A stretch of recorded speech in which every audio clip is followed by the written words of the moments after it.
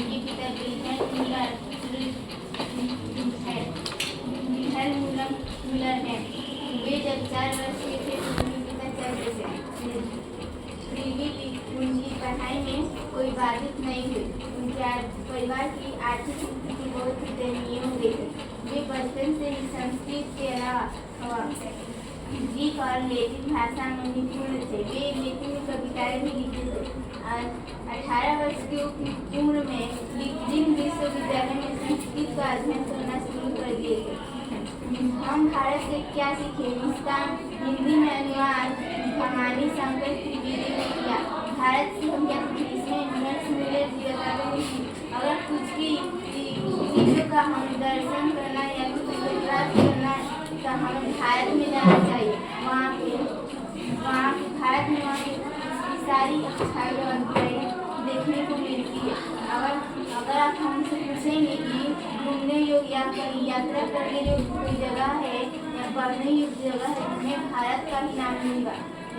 इसमें वे जंतु विज्ञान और वनस्पति विज्ञान लीगल और हकर्स का भी नाम दिया है। वे निवंश विद्या और विधि शास्त्र कानून शास्त्र में इसका भी अध्ययन किया है। भाषा का भी अध्ययन किया है। आर्य भाषा का के बारे में बताया है। संस्कृत के बारे में बताया है कि इसकी शब्दों का क्या महत्व है।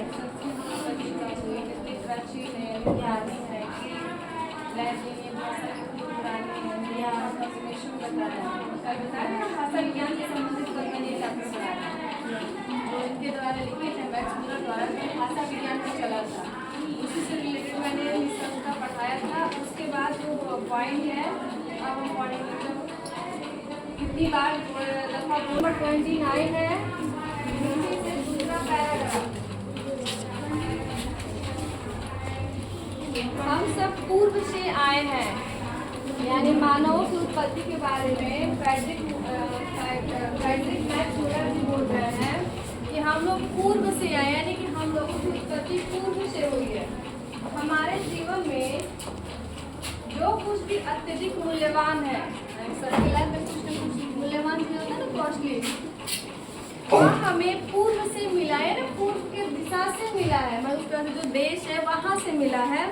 और पूर्व को पहचान लेने से ऐसे प्रत्येक व्यक्ति को जिसने इतिहास की वास्तविक शिक्षा का कुछ लाभ उठाया है, यानी हिस्ट्री से सीखकर कुछ लाभ मैंने अपने लाइफ को सुधारा है।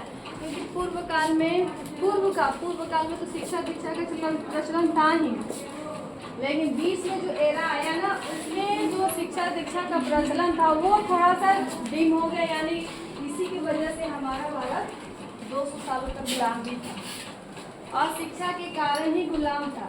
ठीक है, आगे बढ़ते हैं। भले ही वह प्राच्य मतलब पुराना, प्राच्य विदा विशारद न भी हो तो भी यह अनुभव अवश्य होगा कि वह नानाविध स्मृतियों से भरे अपने पुराने घर की ओर जा रहा है। अपनी मतलब कि मान लो अपनी लाइफ में कोई अचीवमेंट हासिल कर लेता है तो घरों की उसका जॉब नहीं मिलता है, पैतृक आवास होता है ना जी, चाहे वो कहीं भी चले, इंडिया के किसी भी कोने में या इंडिया से बाहर कहीं भी चला जाए, लेकिन घूम फिर कर बच्चा कहीं भी जाएगा लेकिन अपने घर को नहीं आएगा, चाहे दूर दराज कितना भी अच्छा आलिशान घर ही क्यों ना हो, लेकिन मेन सुकून कहाँ मिलेगा उसको? पैतृक निवास में। बहुत सारे बंदे होते हैं जो अपने पैतृक पिता के बनाए हुए निवास को, चाहे वो जर्जरी अवस्था में क्यों ना, उसको उसी में रिनोवेशन करा के रखता है कि ये मेरा पैतृक निवास है, इसको मैं तोड़ूंगा नहीं।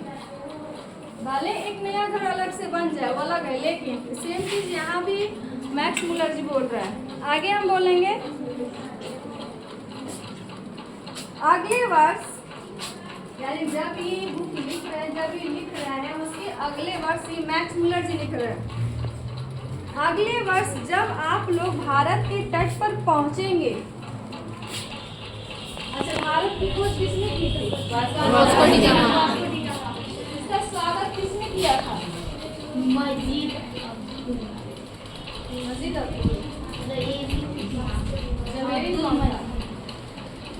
जमेरिन कौन था? इसके रास्ते वो इंडिया में प्रवेश किया, समुद्र के रास्ते ना, उसी से रिलेटेड आगे चालू हो रहा है। ठीक है, आगे बढ़ो, समझ में आए। अगले वर्ष जब आप लोग भारत के तट पर पहुंचेंगे तो बजाय इसके कि आपका दिल बैठने लगे, मैं चाहता हूँ आप में से प्रत्येक को ठीक वैसा ही अनुभव हो, यानी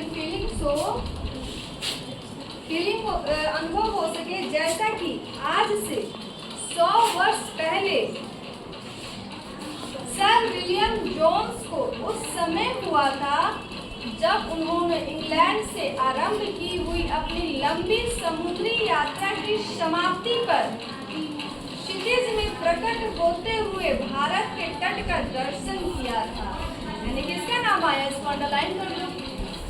100 वर्ष पहले, यानी जब ये लिख रहे हैं उससे 100 वर्ष पहले सर विलियम जोन्स जो भारत को दूर से देखा था, क्षितिज से यानी दूर से देखा था, समुद्री यात्रा की समाप्ति पर क्षितिज में प्रकट होते हुए भारत के तट का दर्शन किया था। यानी कि वहाँ पे कोई जमीन है दूर से, क्योंकि नाम से थे।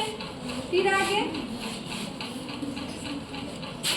सुनिए, आप ये मैं नहीं, ना ही मैं बोल रही हूँ, ना पैट्रिक मैक्स मुलर जी बोल रहे, ये सर विलियम जोन्स की आवाज है। ठीक है, सुनिए उन्हीं के शब्दों में।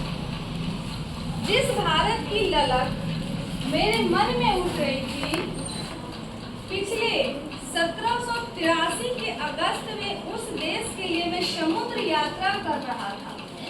मैं यानी सर विलियम जो यात्रा कर रहा था कि एक दिन संध्या के समय दिन भर में देखे गए दृश्यों की जांच पड़ताल करते हुए मैंने पाया कि भारत अब ठीक मेरे सामने है। यानी उससे पहले वो आ चुके थे, फिर उसके बाद ये आए थे कि सच में जिस जैसे मैंने देखा वैसे मैंने भारत को पाया। अब कैसे कैसे बता रहे हैं अपनी जुबानी की, फारस या ईरान हमारे बाईं ओर था। यानी भारत जो था, भारत के अगल बगल कौन सी देश है उसके बारे में डिफाइन कर रहे हैं सर विलियम जोन्स जी। तो वो बोल रहे हैं फारस या ईरान, फारस कहो या ईरान, दोनों का ही नाम है। ठीक है, हमारे बाईं ओर था तथा अरब सागर से आती हुई ठंडी हवाएं हमारे जहाज के पिछले भाग से टकरा रही थी। यानी कि हम इसे ये भी जान सकते, ज्योग्राफी से रिलेटेड है कि अरब सागर से जो ठंडी हवा आ रही है टकराते हुए ठंडी आती है। हवा के बारे में ज्ञान आपको ज्योग्राफी में मिलेगा डिटेल फॉर्म में। कौन सी अरब सागर से ठंडी हवा आती है, कौन सी सागर से गर्म हवा भी आती है, और किसके मध्य में रहने से गर्म और ठंडी हवा का भी कॉम्बिनेशन होता है। ये सब ज्योग्राफी में आप लोग पढ़ोगे तो मिलेगा, डिटेल फॉर्म में है। एक एक चीज बारीकी से, फिलहाल मैं इतना ही बोलूंगी। फारस या ईरान हमारी बाईं ओर था तथा अरब सागर से आती हुई ठंडी हवाएं हमारे जहाज के पिछले भाग से टकरा रही थी। एशिया के सुविस्तीर्ण यानी एशिया का सबसे विशाल भूभाग क्षेत्रों से चारों ओर से घिरी ऐसी श्रेष्ठ रंगभूमि, माने एशिया में सबसे बड़ा, एशिया में ही हमारा इंडिया आता है ना जी, पता है ना। पूरे वर्ल्ड को कितने भागों में बांटा गया है? 4। उसमें से एशिया सबसे बड़ा भूभाग है। उस एशिया भूभाग में भारत का स्थान सर्वोपरि आता है। उसका जिक्र बोल रहे हैं। एशिया के सुविस्तीर्ण क्षेत्रों से चारों ओर से घिरी ऐसी श्रेष्ठ रंगभूमि के मध्य यानी कि बीच में अपने आप को पाकर सर विलियम जोन्स खुद को पाकर मुझे जिस आनंद का यानी जिस सुकून का अनुभव हुआ वह वस्तुतः अनिर्वचनीय, मतलब मैं बोल ही नहीं सकता। बहुत सारी चीजें की वस्तु जैसी है, शब्द भी फीके पड़ जाते हैं कि मैं किस शब्द से इसकी उपमा दूं। शब्द इसके लिए बहुत छोटे वर्ड हो जाते हैं इनके, यानी कि आनंद की अनुभूति होती है किसको? सर विलियम जोन्स को। एशिया की यह भूमि, भारत के बारे में बात हो रही है। एशिया की यह भूमि नानाविध ज्ञान विज्ञान की धारती, नानाविध यानी बहुत प्रकार के ज्ञानों का क्षेत्र है। नानाविध ज्ञान विज्ञान की धरती है, आनंददायक ललित तथा उपयोगी कलाओं की जननी है। देखो कलाओं से जैसे कि आपके के सर जो है पल्लवी मैम थी, चंदन सर है कला से रिलेटेड, वो है जो 2 पार्ट है ना, उन्होंने कला के क्षेत्र में ललित कला में शिल्प कला हो गया, स्थापत्य कला हो गया, ये म्यूजिक से रिलेटेड हो गया, डांस हो गया, अलग अलग फैकल्टी। यहाँ पे उपयोगी कलाओं की जननी है ना कि यहीं से आविष्कार हुआ। एक से बढ़कर एक शानदार कार्यकलापों की दृश्य भूमि भी है, देखने लायक भी भूमि है। मानव प्रतिभा के उत्पादन के लिए अत्यंत उर्वर क्षेत्र, मतलब कि खाने योग्य जमीन भूमि है जहाँ से हम अनाज को उपजा सके, उसको पेट भर सके सारे मनुष्यों का। हाँ, तथा धर्म के क्षेत्र में भी आगे है, राज्य है, संस्कारों है, कानून है या विधि संहिता, रीति रिवाज, परंपराओं, भाषा, लोगों के रंग रूप और आकार प्रकार आदि की दृष्टि से अपनी अत्यधिक विविधता के कारण सदा से सर्वत्र संपन्न की दृष्टि से देखी जाती रही है। किसका जिक्र हो रहा है? भारत का। देखो सारा चीज को समेट लिया है, ऑल इन वन भारत। कुछ भी लाइफ में करना, कुछ भी किसी भी क्षेत्र में हमको पढ़ाई लिखाई करना है कि मुझे इस क्षेत्र में आगे बढ़ना है, इससे अपनी लाइफ को बनाना है कि मुझे मेरा एम्बिशन ये है वो है, दिस है, कुछ भी, तो आप भारत की जन्मभूमि आपका स्वागत करती है। आप आओ और अपना भविष्य सुधार लो, भले यहाँ के नालायक बच्चे न सुधार। एक विदेशी विद्वान होकर इतना बढ़ चढ़ के बोल रहा है, सर विलियम जोन्स बोल रहा है, लेकिन भारत के रहने वाले भारतीय नागरिक ही इसका उपयोग ही नहीं जानते। उन्हीं को ये बताना पड़ रहा है, कितनी दुर्भाग्य की बात है। जबकि अन्य को इनको बताना चाहिए विदेश की धरती पे जाके कुछ ऐसा करे कि लोग हमें पढ़ें। विदेशी नागरिक द्वारा, विदेशी विद्वान द्वारा लिखे इस चैप्टर को हमारे स्टेट गवर्नमेंट के चैप्टर दिए हैं कि ताकि बच्चों को पढ़ाओ कि एक विदेशी होके हमारे भारत का गुणगान कैसे कर रहे हैं, कैसे मोटिवेट कर रहे हैं, अपने नागरिकों को बता रहे हैं कि जाओ भारत घूमो। ये ना घूमने का मतलब है कि हम शहरों में घूम कर चले गए, नहीं, असली भारत का दर्शन करना है तो आप गाँव की ओर रुख करो। गांव, असली भारत आपको गांव में मिलेगा, ना कि शहर में मिलेगा। ये कौन बोल रहा है? मैक्स मुलर जी। समझ में आ रही है बातें? ये रही सर विलियम जोन्स की बातें। अब आगे बढ़ते हैं। अब मैक्स मुलर जी, ठीक। मैं यह कहे बिना नहीं रह सका कि कितना अधिक विशाल और महत्वपूर्ण क्षेत्र अभी तक अनदेखा ही रह गया भारत के बारे में, और कितने बड़े व ठोस लाभ अभी तक प्राप्त नहीं किए जा सके हैं। अन्य देश की तुलना, जैसे संस्कृत भाषा का तुलना अन्य भाषा से की जा रही, कौन सबसे पहले पुरानी, कौन सबसे ज्यादा क्षेत्रों में बोली जाती है, कब से बोली जाती है। फिर आगे बढ़े, दिक्कत नहीं ना है। भारत को सर विलियम जोन्स जैसी अभी न जाने कितने स्वप्नदर्शी जो सपना देखते भारत को भ्रमण करने के लिए, घूमने के लिए की आवश्यकता है। जब अपने जहाज के डेक पर, पहले तो एक देश से दूसरे देश जाने के लिए जहाज ही सुटेबल था, साधन था, हम जा सकते थे। जब जहाज बना होता है, मुंडे पे जाकर तुम खड़े हो सकते हो, होगी ना, लास्ट किनारे पे छोड़ के। नाव जो बन गया, नाव कैसे बनता है? ऐसे ऐसे जो भी है देखो, ठीक है, ऐसे करके रहता है। जो यहाँ पे रहो, किनारे किनारे एकदम बैलेंस भी बनाना है। यहाँ पे लकड़ी का मिट्टी रहता है, इस पे वैसा ठीक है, इधर रहता है, देखना पानी में चलता है ना,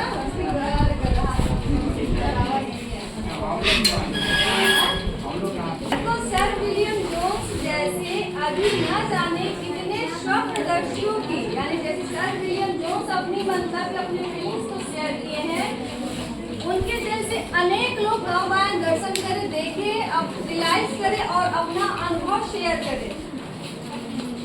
जब अपने जहाज के डेक पर अकेले खड़े 37 वर्ष के सर जोन्स ने देखा था कि सूर्य अब्राहम प्रांत सागर में डूब रहा है। यानी कि जो यहाँ पे हम मुंडेर बनाए थे ना, चल रही है तेजी से, तो वहाँ पे वो खड़े हुए जो झंडा बना होता है ना, वो पकड़ के वो दूर से देख रहे हैं कि जमीन वो दिख रही है। भारत की खोज की जो हमारे निकला है, जो मैंने सुना है, वो जमीन दिख रही है, वो सारा दृश्य बता रहे हैं कि दूर से भारत कैसा दिख रहा है। सामने वही बोल रहे हैं कि 37 वर्ष के जब इन्होंने आया था तो उनकी उम्र थी 37 वर्ष। फिर जोन्स ने देखा था सूर्य अपरांत सागर में डूब रहा है, यानी कि संध्या का समय है, सागर डूब रहा है। सॉरी, सागर बोले, सूर्य डूब रहा है। तो उनके पीछे इंग्लैंड की सुमधुर स्मृतियां तथा उनके सामने भारत की आशा जगमगा रही थी। यानी कि जब भारत जैसे जैसे करीब आ रहा था, मेरी आंखों में चमक, मेरी ललक पैदा हो रही थी कि अब वो दूर नहीं कि मैं भारत को मैंने जो सपनों में देखा था उसको रियलिटी में देखूंगा, साक्षात। उन्हें ईरान तथा प्राचीन सम्राट, ये सभी सर विलियम जोन्स की बातें हो रही है, ठीक है। उन्हें ईरान तथा प्राचीन सम्राट मानो प्रत्यक्ष रूप में उपस्थित लग रहे थे। यानी कि सब उनकी आंखों के समक्ष दौड़ रहा था, चल रहा था। अरब सागर की शीतल मंद समीर, समीर का मतलब हवा होता है, ठीक है। समीर के झोंके उन्हें झुला रहे थे, यानी मुंडेर पर देख कर खड़े हैं तो जाहिर सी बात है हवा की जो गति होगी डिसबैलेंस तो करेगी। तो समीर के झोंके उन्हें ऐसे झुला रहे थे, ऐसे स्वप्नदर्शी ही यह समझ सकते हैं जो भारत के जानने की जिज्ञासा जिनमें न हो, ललक हो, न हो। अगर किसी के सामने मान लो मटन रखा हो और वो बंदा खाता ही ना हो, मटन रखा हो, मटन और चावल, और बोलो लो तुम खा लो, वो बंदा खाता है तो उसके लिए तो निरर्थक है ना।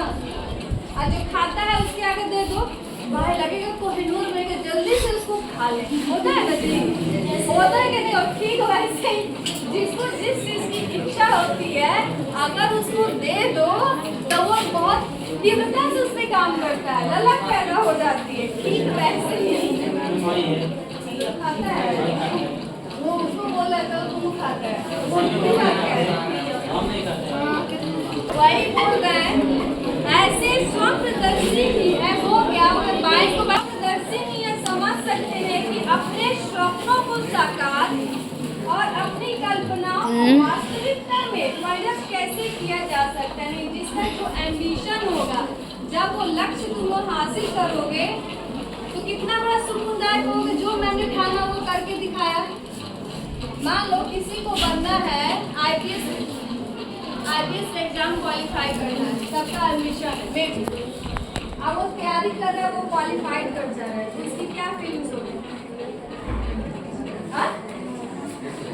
खुश रहेगा ना कि मैंने जो चाहा वो मिल गया। ठीक वैसे ही सर विलियम जोन्स भी जो चाहते थे उनको मिल गया, तो उनका खुशी का ठिकाना नहीं था। आगे बढ़े, दिक्कत नहीं ना है। और जो बात या स्थिति आज से 100 वर्ष पहले थी, यानी जब ये लिख रहे 100 वर्ष पहले थी, आज भी वैसी ही है। भारत जैसा मैंने देखा था वैसा ही है, या यूं कहें कि आज भी वैसी ही हो सकती है, या भी कह सकते हैं, जूम कर सकते हैं, कल्पना कर सकते हैं कि भारत वैसी ही होगी। यदि आप लोग चाहे तो भारत के बारे में वैसे ही सुनहरे सपने देख सकते हैं, और भारत पहुंचने के बाद एक से बढ़कर एक शानदार काम भी कर सकते हैं। आप लोग विश्वास रखें कि यदि सर विलियम जोन्स ने कलकत्ता पहुंचने के बाद से अब तक प्राच्य देशों के इतिहास, प्राच्य मतलब विदेशी, प्राच्य देशों के इतिहास और साहित्य के क्षेत्र में एक से बढ़कर एक शानदार बड़ी बड़ी अनेक विजय प्राप्त किए, तथापि किसी भी नए सिकंदर को यह सोचकर निराश नहीं होना चाहिए तथापि किसी भी नए सिकंदर को यह सोचकर निराश नहीं हो जाना चाहिए कि गंगा और सिंध के पुराने मैदानों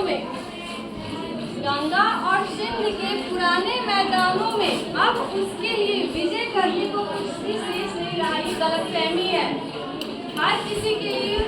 जो वो तुम्हें जिस भी क्षेत्र में जाना बेटा, आप आओ, यहाँ पे आपका स्वागत। ऐसा नहीं कि हर कोई इसमें पारंगत हासिल कर ली से हैकल ही कर रही है, हैकल से कर लिए तो मैं अब नहीं जाऊँगा, सब खत्म हो गया होगा, इस यहाँ की जितना भी था सब खत्म कर दे। ऐसा नहीं है, जब जाओगे कुछ नया मिलेगा।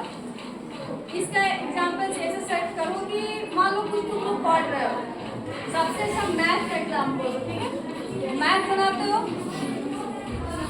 एक बार में क्या को समझ में आता है? नहीं ना। फिर बनाते हो उसको, एक ही चीज को 2 से 3 बार बनाओ। एक बार बनाओगे थोड़ा सा भारी लगेगा, दूसरी बार थोड़ा इजी लगेगा, तीसरी बार बोलेगा ये इजी तो है, इसको और क्या तरीके से बनाए कि और भी ज्यादा फास्ट बन जाए। नए नए तरीके हो रहा है ना, अपने अनुसार सोचो, यानी कि नया बात तो आ ही रहा है। ऐसा नहीं कि जो रिजर्वेशन हो चुका है उतना ही पर सीमित है। भारत बहुत ज्यादा, इतना भारत पे आक्रमण हुआ क्या भारत बहुत ना हो पाए, फिर भी अपना वजूद बनाए हुए हैं।